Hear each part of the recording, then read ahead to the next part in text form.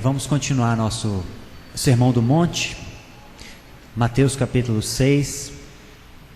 E só enquanto nos organizamos, esse capítulo, a tônica dele vai ser o julgamento. A tônica dele vai ser o julgamento. E quando a gente olha para todo o Sermão do Monte que nós viemos estudando até aqui, isso faz todo sentido. Porque Jesus começa mostrando a natureza do discípulo, que o discípulo é um pobre de espírito, que essa é a condição primeira para ser um discípulo de Jesus, confiar nele exclusivamente, não ter nada em nós que nos apeguemos, senão ele, estarmos totalmente nus. E ele vai falando mais características do discípulo, né? Obrigado. Então, ele é compassivo, ele é humilde, ele tem fome e sede de justiça, e Jesus traz todas as características de um verdadeiro discípulo. Depois ele começa falando que esse discípulo é a luz do mundo, que nós estamos aqui para iluminar esse mundo, com todas essas características. E depois ele começa a tratar a lei. Olha, se vocês são discípulos, vocês precisam enxergar a lei da forma correta. E ele começa a mudar a interpretação que os fariseus e escribas davam para as escrituras, a interpretação equivocada deles. E Jesus começa a colocar as coisas em ordem. Olha, eles disseram isso, mas eu porém vos digo, é assim que se deve fazer. E no capítulo 6, e ele vai falando sobre vários temas, né, de como eles interpretavam errado e como a maneira correta de interpretar. Homicídio, adultério, divórcio, vingança, amor aos inimigos. E capítulo 6 ele começa a falar de coisas que a gente deve fazer, que são características de um discípulo. Oração, ajuda aos necessitados e jejum. São práticas espirituais do verdadeiro discípulo. Depois ele começa a entrar numa das partes mais difíceis, que é sobre dinheiro, sobre não acumular tesouro, sobre confiar, que a Roberta trouxe para a gente. Confiar que Ele é o Deus do pão de cada dia. Esse é um dos discursos mais difíceis. E ele termina falando sobre as preocupações da vida. O David falou para a gente sobre as preocupações que estão relacionadas diretamente com essa insegurança de sabermos se nossa conta vai fechar no fim do mês. Está totalmente relacionado. A quantidade de cabelo branco que temos, de ruga, está totalmente relacionada a isso, né? Na maioria dos casos. E agora Jesus entra no capítulo 7 e ele vai lembrar os discípulos o seguinte: olha, tudo que vocês ouviram, vocês precisam lembrar que um dia eu vou voltar e vai haver um julgamento. Ele começa a tratar de um novo assunto, o julgamento. E um dia eu vou voltar e cada um vai se encontrar diante de mim, face a face. A arte do Daniel ficou assim, sensacional, ilustrou muito bem isso. Um dia todos nós vamos estar naquela posição, irmãos, diante de Jesus, e não haverá mais nenhuma muleta, não haverá mais a nossa religiosidade, não haverá mais possibilidade de encenar, não haverá mais o nosso guia espiritual, se a gente se apoia de forma exorbitante em alguém, né? Alguém que ora por nós. Nós não temos mais autonomia, se tornamos dependentes de alguém. Não terá mais nada disso. Nós estaremos única e exclusivamente diante dele, só nós e ele. E toda a verdade será revelada. Tudo que está oculto virá à tona. Nada mais poderá ser escondido. Nem do nosso cônjuge, nem dos nossos amigos, nem da nossa igreja, nem da sociedade, nada mais ficará oculto. Esse é o grande dia, e é isso que Jesus começa a tratar. É sobre isso que Jesus começa a tratar no capítulo 7. E isso tem que nos fazer dar um passo para trás. Isso tem que nos fazer ter um pouco mais de temor, porque ninguém estará isento desse dia. Todos haverão de estar perante o tribunal de Cristo. Todos. De Hitler a Madre Teresa de Calcutá. Todos os seres humanos que já pisaram na face da terra. Independente da época que nasceram. Independente de se conheceram a revelação especial, que é Jesus e a Escritura ou não. Todos haverão de passar por esse dia. E Jesus fala o seguinte, vamos lá, Mateus 7, capítulo 1.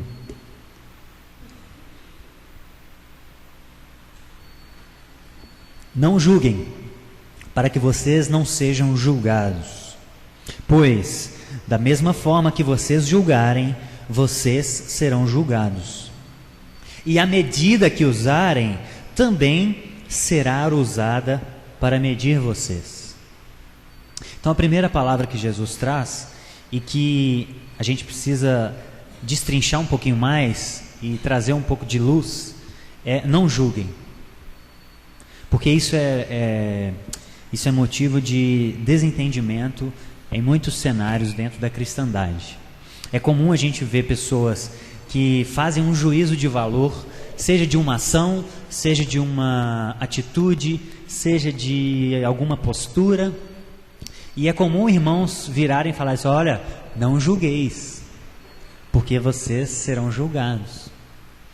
Agora, o que Jesus quis dizer por não julgueis? Isso que a gente precisa clarear um pouquinho antes da gente continuar, porque isso é a primeira afirmação de Jesus, não julguem, para que vocês não sejam julgados. A palavra aqui no original significa decidir, condenar, punir, concluir, decretar, sentenciar. Então Jesus está falando para a gente não julgar nesse sentido, não condenar, não decidir, não sentenciar ninguém. Ou seja, ele não proíbe qualquer julgamento. Esse é um primeiro ponto. Jesus não proíbe qualquer julgamento. E nós vamos ver o que Jesus está proibindo. Primeiro, ele proíbe o julgamento hipócrita. Porque é isso que o contexto vai nos mostrar. Ele continua falando. Hoje nós vamos ficar só no verso 1 e 2. Semana que vem o David vai continuar no verso 3. Que ele vai falar da trave, né? A gente julga o irmão, mas esquece que tem uma trave no nosso olho e quer tirar um cisco no olho do outro. É isso? Esse é o contexto, é o julgamento hipócrita. É aquele que julga aquilo que ele mesmo faz. Às vezes inconsciente e às vezes consciente. Então esse é o julgamento que Jesus está nos alertando. Olha, cuidado com a sua hipocrisia. Cuidado com o que você fala sem antes observar a si mesmo. É isso que Jesus está querendo dizer. Não julgue o outro antes de julgar a si mesmo. Não olhe para o pecado do outro antes de olhar para o seu pecado. Esse é o primeiro, julgamento hipócrita. E o exemplo clássico de um julgamento hipócrita é Davi. Davi cai com Batseba e Natã vai repreendê-lo e fala com ele, conta para ele uma história. Olha, houve um homem muito rico que tinha muitas ovelhas, mas decidiu fazer um churrasco para o amigo e pegou a ovelhinha de um rapazinho pobrezinho que só tinha uma ovelha. O que a gente faz com ele? Davi, irado, fala, tem que matar. Isso é um absurdo. Como que um homem faz uma coisa dessas?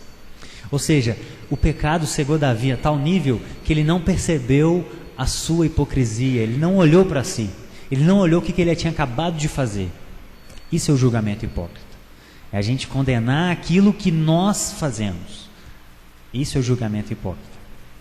O segundo julgamento que Jesus proíbe é o julgamento de condenação, que é o sentido pleno da palavra que Jesus usou. É a gente julgar uma pessoa condenando ela ao inferno. Olha, pecou, está no inferno. Nossa, você viu fulano, o que ele fez? Está no inferno. Isso é o julgamento condenatório. E isso é coisa para juiz fazer. Eu não posso sentenciar ninguém a uma prisão de 30 anos na cadeia, porque eu não sou juiz. Eu sou um cidadão comum. Isso quem faz são os juízes, os magistrados. E no reino de Deus também existe um juiz. E só ele pode fazer isso. Só ele pode decidir o destino final de uma pessoa. Um dos assuntos mais polêmicos na igreja é a questão do suicídio.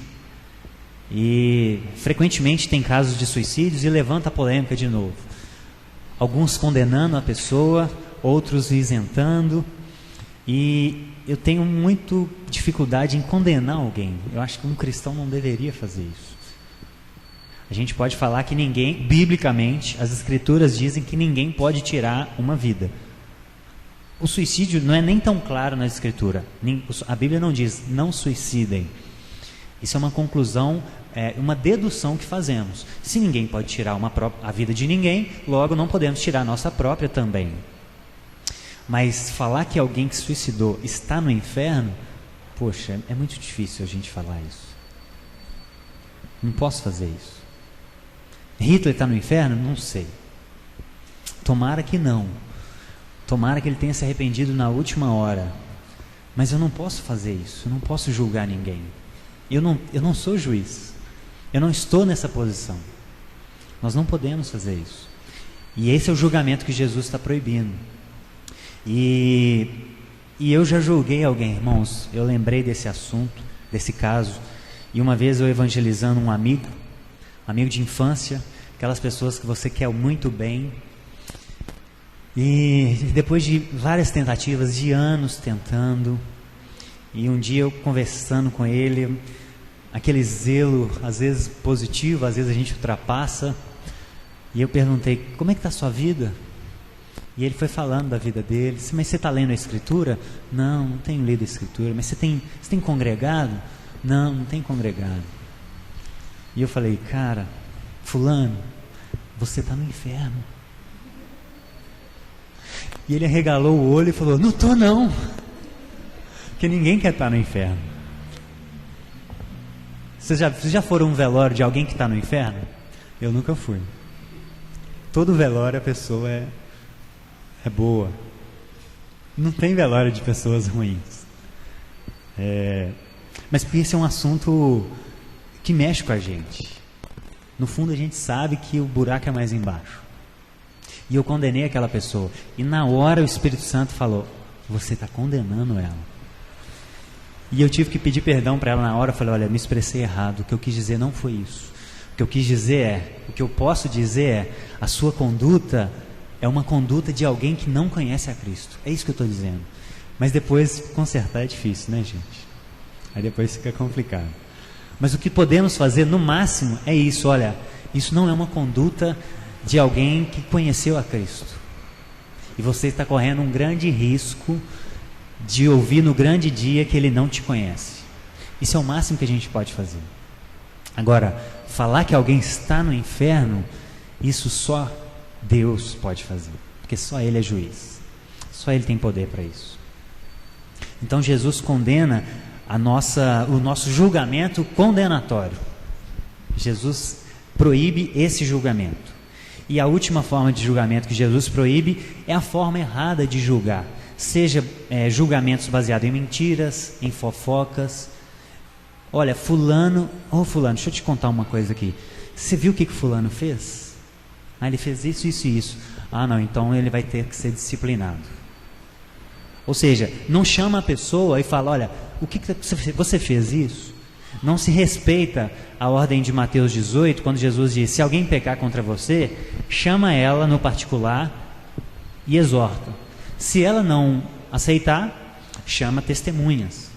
Se as testemunhas se mesmo com testemunhas ela não se desculpar, expõe para a igreja. Se ainda assim ela não se desculpar e não se arrepender, trata ela como um ímpia, como um publicano e pecador. Essa é a ordem. Então, julgar alguém baseado em fofocas, às vezes nem é fofoca, às vezes é verdade, mas em palavras de terceiros, isso não faz sentido. A gente precisa ser honesto com as pessoas. A gente tem que tratar cada um de acordo com o que ela merece. Então temos que ser honestos e tratar nessa ordem. Chama a pessoa, não se arrependeu, traz testemunhas. E a gente já teve que fazer inclusive isso, né, Dê? A gente já teve que fazer isso, chamar a pessoa. E graças a Deus na primeira tentativa deu tudo certo. Não precisamos chamar mais testemunhas. Não, minto. O David exortou, não conseguiu. Tivemos que ir como testemunhas. E aí, graças a Deus, se arrependeu. Mas essa é a ordem, porque é honesto com a pessoa. E isso evita intrigas no nosso meio. Às vezes a pessoa chega e os dois irmãos que estão conversando sobre a outra pessoa já começam a olhar torto para ela e a pessoa não entende nada, e fica aquele clima no nosso meio, e a gente não pode admitir isso no nosso meio. Nós temos que ser sim, sim, não, não. Fez algo errado? Chama ela. Chama a pessoa. Então é isso que Jesus condena, gente. E o antídoto é seguir essa ordem. Pessoa, testemunhas, igreja, e em último caso, exclusão da comunhão. E lembrando, independente de qual julgamento for, tudo tem que ser feito em mansidão. Gálatas 6:1. Exorta em mansidão. A exortação, ela tem que ser em amor. A gente exorta exatamente para que o outro se arrependa e se converta o seu caminho, seja para Cristo ou seja para retornar a Cristo. Então o fim sempre é o amor pelo outro. Nós não exortamos para condenar ninguém. Nós não queremos ver ninguém condenado, ninguém excluído da comunhão.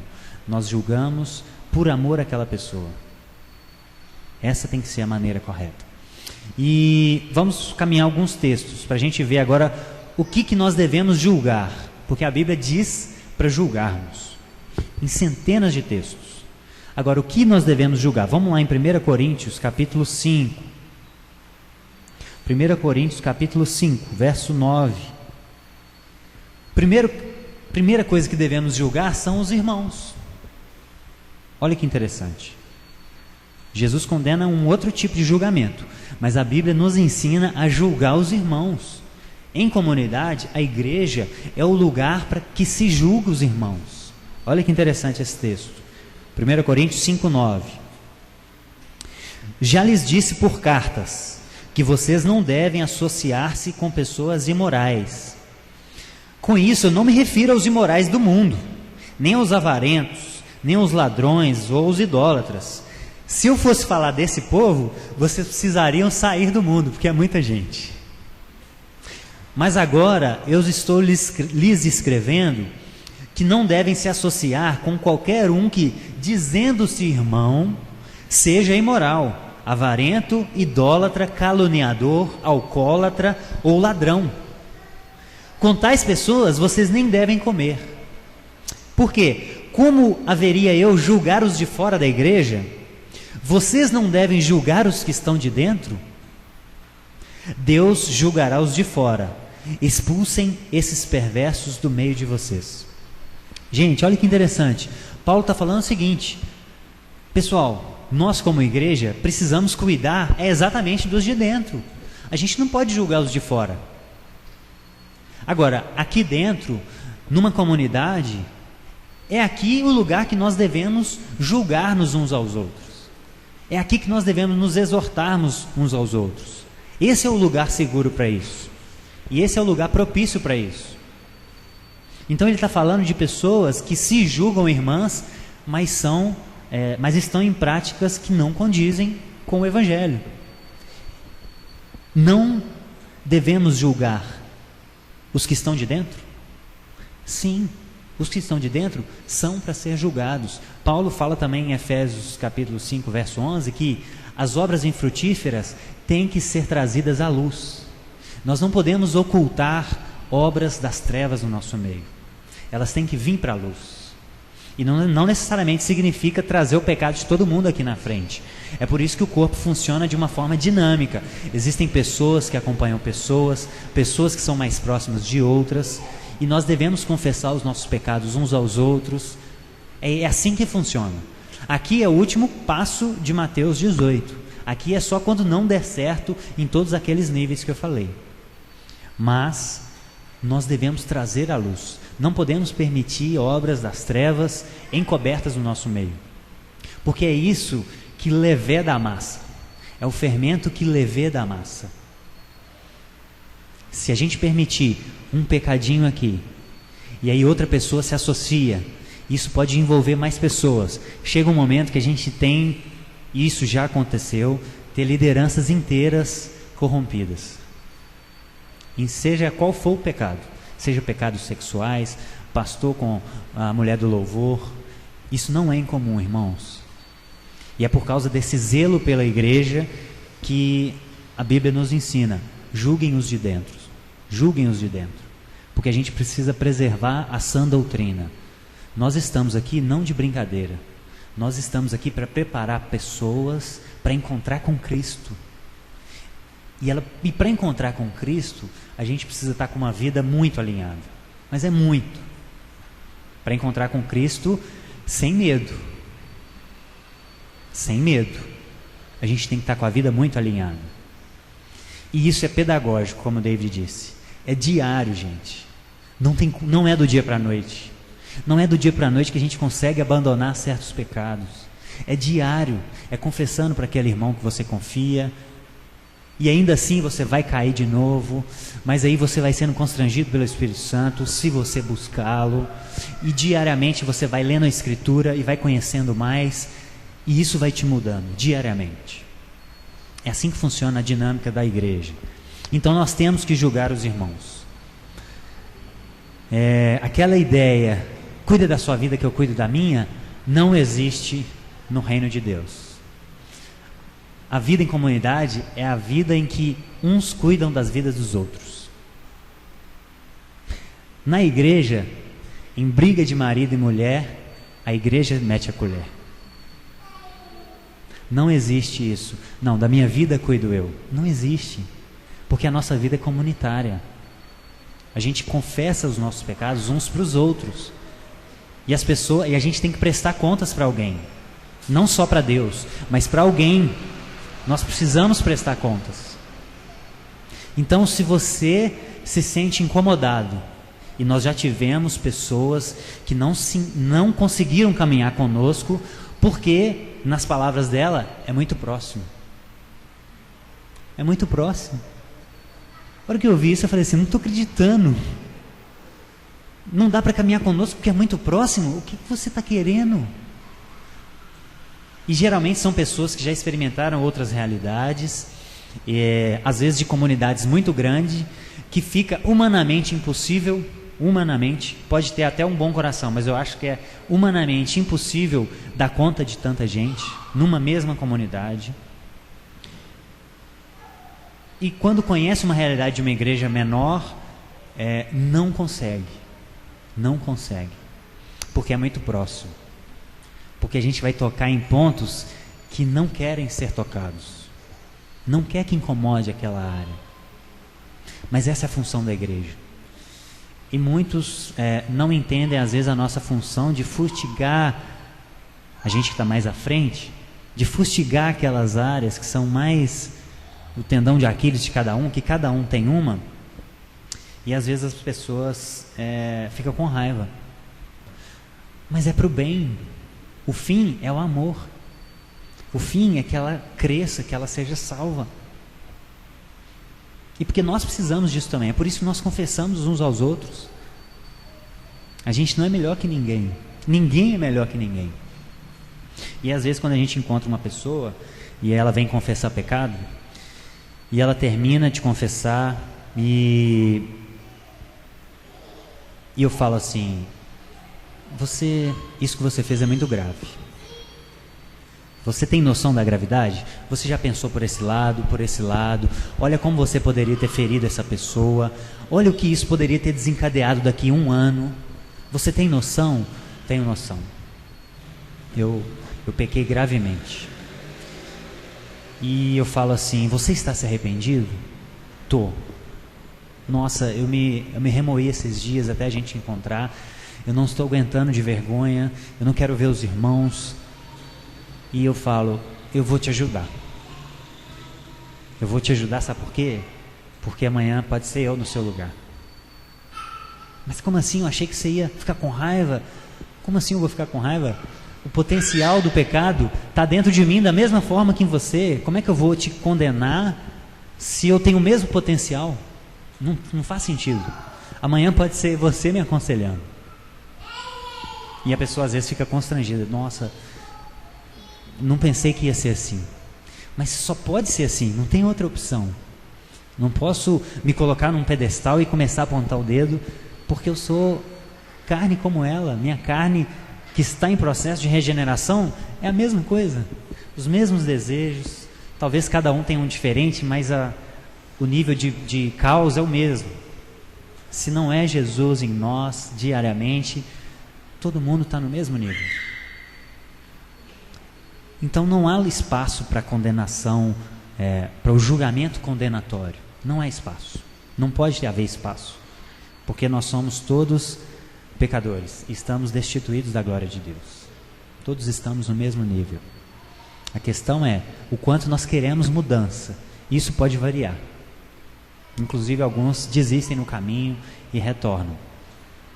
Mas, tirando Jesus, somos todos iguais. E é por isso que, se você pactua conosco, se você quer caminhar conosco, saiba que você será julgado. Assim como você tem a possibilidade de nos julgar também. É um julgamento mútuo, é o julgamento saudável, é o julgamento bíblico. Então nós vamos julgar toda a sua história. Nós vamos julgar a sua forma de vestir. Porque a Escritura fala sobre como nos vestir adequadamente. Nós vamos julgar a sua forma de administrar os seus recursos, que Deus te concede, porque a Bíblia fala disso. A gente só pode falar o que a Bíblia fala. Nós vamos julgar os seus relacionamentos, o seu linguajar. Nós vamos julgar tudo, porque nós também somos sabatinados. E a gente está querendo um aperfeiçoamento mútuo. Então, se você pactua conosco, ou pretende se pactuar, saiba que você será julgado, mas com um fim amoroso. E não numa relação piramidal, onde um é melhor que o outro. Não, porque nós somos todos iguais. Mas haverá julgamento, tem que haver julgamento, senão não há crescimento. Se cada um viver a sua vida, vai ser um caos. Não vai ser igreja, vai ser um caos. Vai ser uma reunião, um clube, qualquer outra coisa, mas não vai ser a igreja de Jesus. A igreja de Jesus precisa haver julgamento. Nós vamos julgar a sua devoção, como você ora, o quanto você lê da Escritura. Nós precisamos julgar. Nós temos que julgar, para que nós cheguemos diante dele e estejamos sem ruga e sem mácula. Esse é o nosso propósito. O fim é a salvação de todos. Esse é o nosso desejo. É o bem-estar de todos. É o bem de cada um. E a Bíblia também diz para a gente julgar as causas. Paulo fala em 1 Coríntios 6 que dois cristãos que têm contenda entre si, é uma vergonha para a igreja se eles forem para um juiz comum resolver lá. Por quê? Porque tem que haver na igreja pessoas maduras o suficiente para julgar as causas entre os irmãos. Então, dois cristãos maduros e disputar relações diante do Sérgio Moro é um fracasso para a igreja. O Sérgio Moro está em outra coisa. A esfera dele como magistrado é outra esfera, é pública. Nós temos que julgar as nossas causas. Tem que haver irmãos dentro da comunidade maduros o suficiente para julgar as causas. A Bíblia também diz, Paulo fala em 1 Coríntios 14, 29, para a gente julgar as profecias. Se alguém ora algo em nosso meio, se alguém traz uma profecia, nós temos que julgar essas profecias. A gente não tem que aceitar tudo sem um discernimento. Por quê? Porque o próprio Paulo fala que os falsos mestres, eles não é de se admirar que Satanás se transforme em anjo de luz. Então, existem lobos no meio das ovelhas. Por isso nós temos que julgar as profecias. E a que eu mais gosto, julgar os líderes. Essa é a mais usada hoje, principalmente para aqueles líderes que querem manipular suas congregações e falam o seguinte, junto com o julgamento, fala ainda, não toque no ungido do Senhor. Ainda usa um outro texto fora de contexto, para que ninguém acesse a sua vida. Isso também é um problema. Nós temos que julgar os líderes. Nós temos que julgar o David. Nós temos que me julgar. Vocês têm que me julgar. Nós temos que julgar os pastores, os mestres, os apóstolos, os evangelistas. Nós temos que julgá-los, porque a Escritura está acima deles. Ninguém está acima da Escritura. Ninguém está acima de Cristo. Por isso nós temos que julgar os líderes. Então, meus irmãos, em resumo, não julguem no sentido condenatório. Não julguem por maneiras erradas. Não julguem precipitadamente, mas julguem de acordo com a Escritura, em amor, em mansidão. Nós devemos julgar. E isso é um problema hoje, porque nós estamos imbuídos no meio de uma cultura. E é por isso que nós temos que julgar, inclusive, não só pessoas ou ações, mas agendas políticas. Nós temos que julgar sistemas educacionais, tudo à luz da Escritura. Tudo. Temos que julgar o marxismo, o capitalismo, qualquer ismo que for. Nós temos que julgar, porque eles precisam passar pelo crivo da Escritura. Nós temos que julgar as pedagogias que são ensinadas para os nossos filhos nas escolas. Por quê? Porque não há nada neutro, não há nenhuma ideia neutra na Terra. Toda ideia, seja ela científica, toda teoria científica, toda teoria educacional, pedagogia, toda política tem uma visão de mundo por trás. E se não é a visão de mundo correta, nós precisamos saber distinguir. Nós não podemos ser nécios, aceitar tudo. Não podemos. E agora, depois que veio a Tabita, eu já estou começando a estudar mais educação. E eu descobri uma pedagogia que chama pedagogia positiva. Eu não consigo ainda fazer um julgamento. Primeiro ponto, eu não consigo ainda fazer um julgamento, positivo ou negativo. O que eu tenho entendido tem muitas coisas positivas, só que tem algumas coisas que têm me preocupado. Por quê? Porque a gente precisa enxergar a criança como um ser caído. E isso é um problema da nossa geração, por quê? Porque os nossos pais foram muito duros. Os nossos pais prezavam muito pelo respeito. E os nossos pais muitas vezes não falavam nem que amavam a gente. E iam na linha dura, respeito, correção, chinelada, correada. E aí essa geração foi crescendo e foi ficando machucada, foi ficando com vazios na alma e começaram a ir para um outro lado. E a gente vive hoje na geração do sinto, logo existo. Não é mais penso, logo existo, é sinto, logo existo. Que é a geração do sentimento. Mas por quê? É entendível. Porque são pessoas que foram machucadas pelos pais, que não tiveram amor em casa e que os pais negligenciaram tanto os sentimentos, as palavras doces, que elas foram para o outro lado.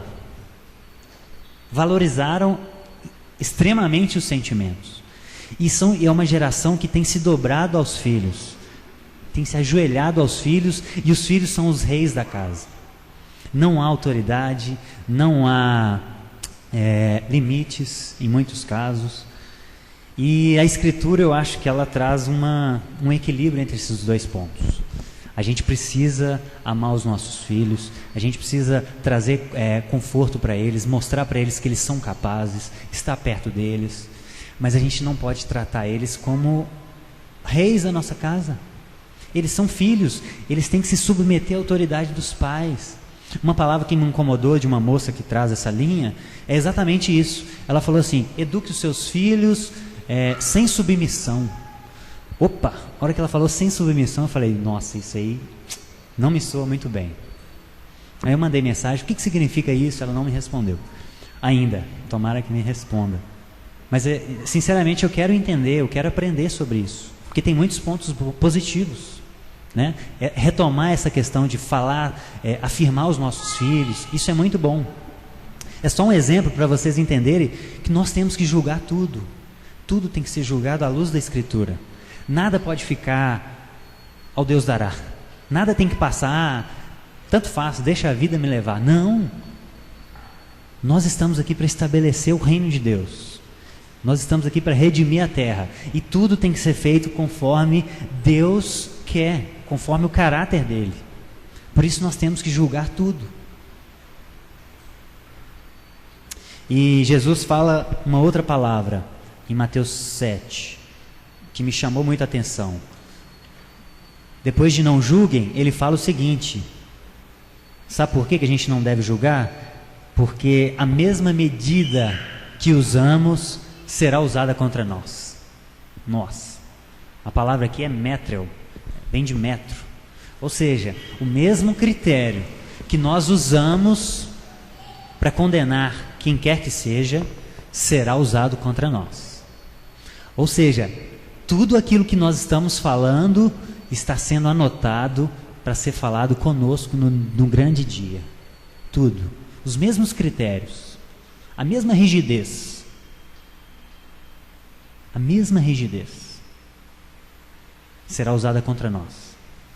Isso nos faz dar outro passo para trás. Porque a gente é muito duro com os de fora e conosco a gente é macia. Tem até um ditado, né? Para os amigos a lei. Como é que é, Felipe? Para os inimigos a lei. Tem uma frase assim. Hã? Para os amigos a graça. Ou seja, para os de fora a gente tem um critério. Mas se a gente for colocar, se a gente for pôr um espelho diante de nós e falar, fala as mesmas coisas, usa os mesmos critérios. E Jesus fecha. Vocês serão julgados com a mesma medida. Será usada para medir vocês. A mesma medida que vocês usam será usada para medir vocês. Ou seja, nós seremos julgados também. E aqui a coisa aperta um pouco mais. Por quê? Porque o julgamento, ele é proporcional ao conhecimento.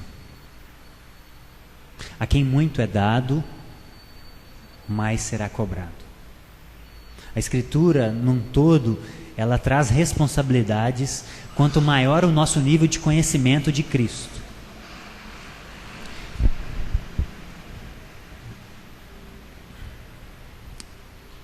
Os cristãos serão mais exigidos.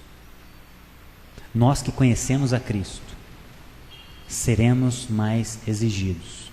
Tiago fala que os mestres, não haja muitos mestres no meio de vocês. Por quê? Porque eles serão cobrados com maior rigor. Por quê? Porque os mestres têm acesso a mais informações. Eles têm dons. Aqueles que estão à frente, a liderança, é dado dons a eles. E quanto mais conhecimento, mais responsabilidade.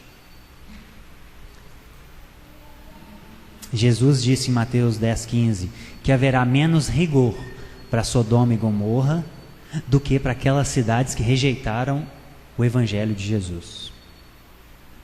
Porque a cidade de Sodoma e Gomorra teve muito menos informações que aquelas cidades estavam ouvindo a mensagem viva. Ou seja, existe um critério para Deus julgar em relação ao nosso conhecimento. Jesus falou em João 15: se eu não tivesse vindo e lhes falado isso, 15:22, não seriam culpados de pecado. Agora eles não têm desculpa. Se Jesus não tivesse vindo e falado, eles não seriam culpados. Agora eles não têm desculpa. Ou seja, quanto mais clara a informação, mais exigência. Uma tribo da Indonésia, que nasceu há 4.000 anos atrás, terá um rigor menor do que o povo de Israel, que conheceu um pouco mais a Deus, mas ainda não teve a revelação completa. E o povo de Israel terá um rigor menor do que nós, porque nós conhecemos o Deus, conhecemos o Filho e temos acesso a toda a revelação completa escrita, toda ela. O rigor para nós será maior, porque nós temos mais informação. Ou seja, é por isso que a Bíblia diz que a nossa justiça tem que exceder em muito a dos fariseus, mas em muito.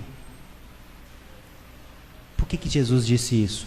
Porque nós temos acesso a mais informações. Nós tivemos acesso a uma graça muito maior. Agora, o que nós vamos fazer com isso? Como nós temos conduzido a nossa vida? Qual o nível de preocupação nós temos tido em ajustar a nossa vida? Todas as áreas, todas. Porque não há 1 centímetro quadrado da existência humana da qual Cristo, que é Senhor de tudo, não clame, é meu, disse Abraham Kuyper. Não há 1 centímetro.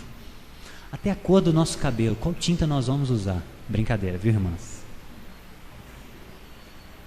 Mas tudo que é relevante, tudo que faz sentido para a vida, para a existência humana, Cristo tem que reinar, Ele precisa reinar sobre nós.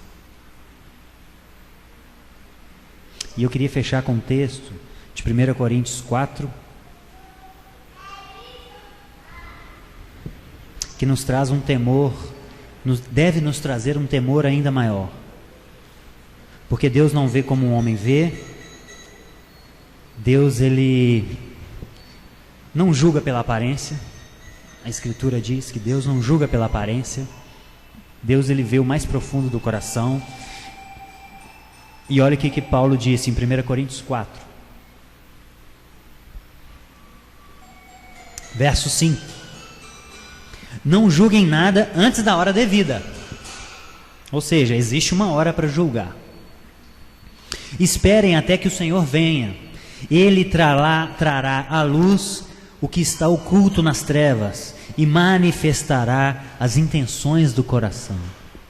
Irmãos, no dia que cada um de nós estiver diante de Cristo, mesmo que a gente queira, Jesus, mas eu fiz, como o próprio Jesus diz, eu fiz tanta coisa, eu fiz boas obras, eu fui naquela visita levar sopa para aqueles mendigos, eu dava o dízimo, eu ia à igreja. Tudo isso é secundário. Por quê? Porque Cristo, Ele vai trazer à luz as intenções do nosso coração. Ele vai trazer à luz as intenções. Porque, como David diz, Deus, Ele abençoa as intenções, não as nossas ações. Porque ações é muito vago.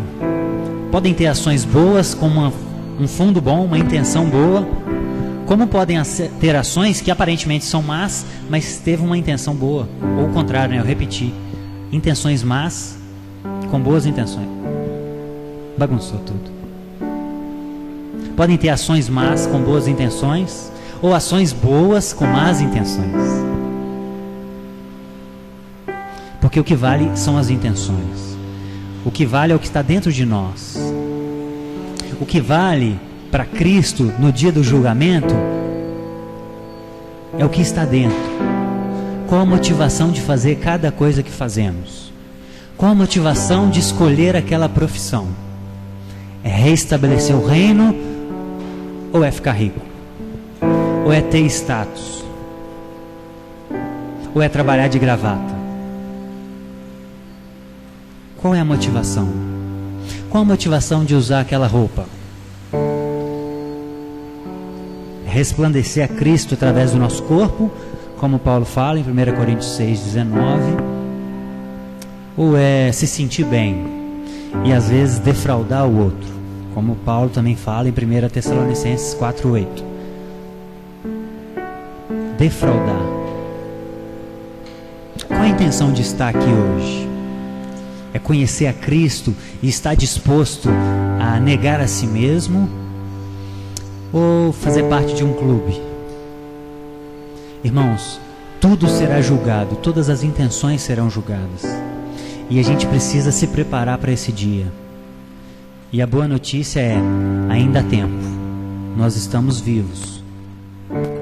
Tomara que seja hoje, agora, mas se não for, existe tempo para arrependimento. E eu queria te convidar a fazer uma reflexão sobre a sua vida, a você refletir como tem sido a sua vida, quais têm sido as intenções do seu coração de fazer todas as coisas, tudo, literalmente tudo, porque todas essas intenções serão colocadas à luz um dia. E nós precisamos nos preparar para esse dia. E isso tem que trazer um temor de verdade para nós. Isso tem que trazer um temor de diariamente se ajoelhar diante de Jesus e falar: Jesus, eu preciso melhorar nisso, Jesus. Porque os que estão em Cristo, eles não são julgados de forma condenatória, mas haverá um julgamento inclusive para os cristãos, inclusive aqueles que são salvos. Nós não seremos julgados de forma condenatória, mas haverá um juízo para nós de discernimento de boas e más ações. Isso se permanecermos nele, porque se não permanecermos, nós também seremos condenados, porque do nosso ponto de vista não há nada assegurado. do nosso ponto de vista, a nossa salvação não está garantida. Do nosso ponto de vista, nós precisamos diariamente permanecer nele. É isso que a Escritura diz. Jesus, por favor, nos ajuda, Pai. Por favor, sonde o mais profundo do nosso íntimo e sonde as motivações de tudo que fazemos, Pai. Porque nós não queremos estar diante do Senhor com medo, Pai. Porque o Teu amor, Ele lança fora todo medo. A Tua bandeira sobre nós é o amor, Pai. Então nos ajuda, Espírito Santo, a caminhar com o Senhor em amor, não com medo de sermos condenados, porque o amor Ele lança fora todo medo. Nos ajuda, Jesus, a estar nu diante do Senhor, a confessar tudo aquilo que precisamos confessar, sem medo, Pai. Nos ajuda a confessarmos uns aos outros aquilo que precisa ser confessado, Pai, sem medo. Precisamos atingir esse nível, Pai, porque o Senhor está voltando e não há tempo mais para brincadeira. Não há tempo mais para brincar de ser igreja. Não há tempo mais para brincar de sermos cristãos, Pai. Nos dê o temor devido, Pai, e nos ajuda a amar a Sua vinda. Nos ajuda a viver como se amássemos a Sua vinda, Pai, porque às vezes nós vivemos como se não quiséssemos que o Senhor voltasse. Quem dera o Senhor voltasse daqui 30 anos, daqui 50 anos, para a gente concluir todos os planos que temos. Não, Pai, nós não queremos viver assim. Nós queremos submeter tudo ao Senhor, Pai. Nós queremos ansiar que o Senhor volte e quebre os nossos planos hoje, Pai, agora, porque o Senhor é muito melhor do que qualquer coisa que podemos experimentar. O Senhor é muito melhor, Pai. O Senhor é um banquete. Estar diante do Senhor é um banquete. E aqui nós temos migalhas. Nós temos um vislumbre do que será quando o Senhor voltar. E nós queremos ter um coração que anseia a eternidade, Pai. Que anseia o Teu reino e a Tua justiça acima de todas as coisas. Ajude-nos, Senhor. Ajude-nos, Espírito Santo. Precisamos da Sua ajuda hoje, mais do que nunca, Pai, porque o dia se aproxima e a cada dia nós precisaremos de mais. E nós queremos Te buscar cada dia mais, Pai, até que possamos nos encontrar diante do Senhor sem medo. E queremos ouvir do Senhor, Pai, vinde benditos do meu Pai. Isso que queremos ouvir. Nos ajuda, Espírito Santo, a nos moldar a cada dia, a começar de hoje. Que hoje seja um dia diferenciado para nós, para nossa comunhão com o Senhor. E que inclusive, se não Te conhecemos, que nós venhamos a Te encontrar hoje, Jesus. Em nome de Jesus, Pai, nos ajuda a alcançar o amor. Em nome de Jesus.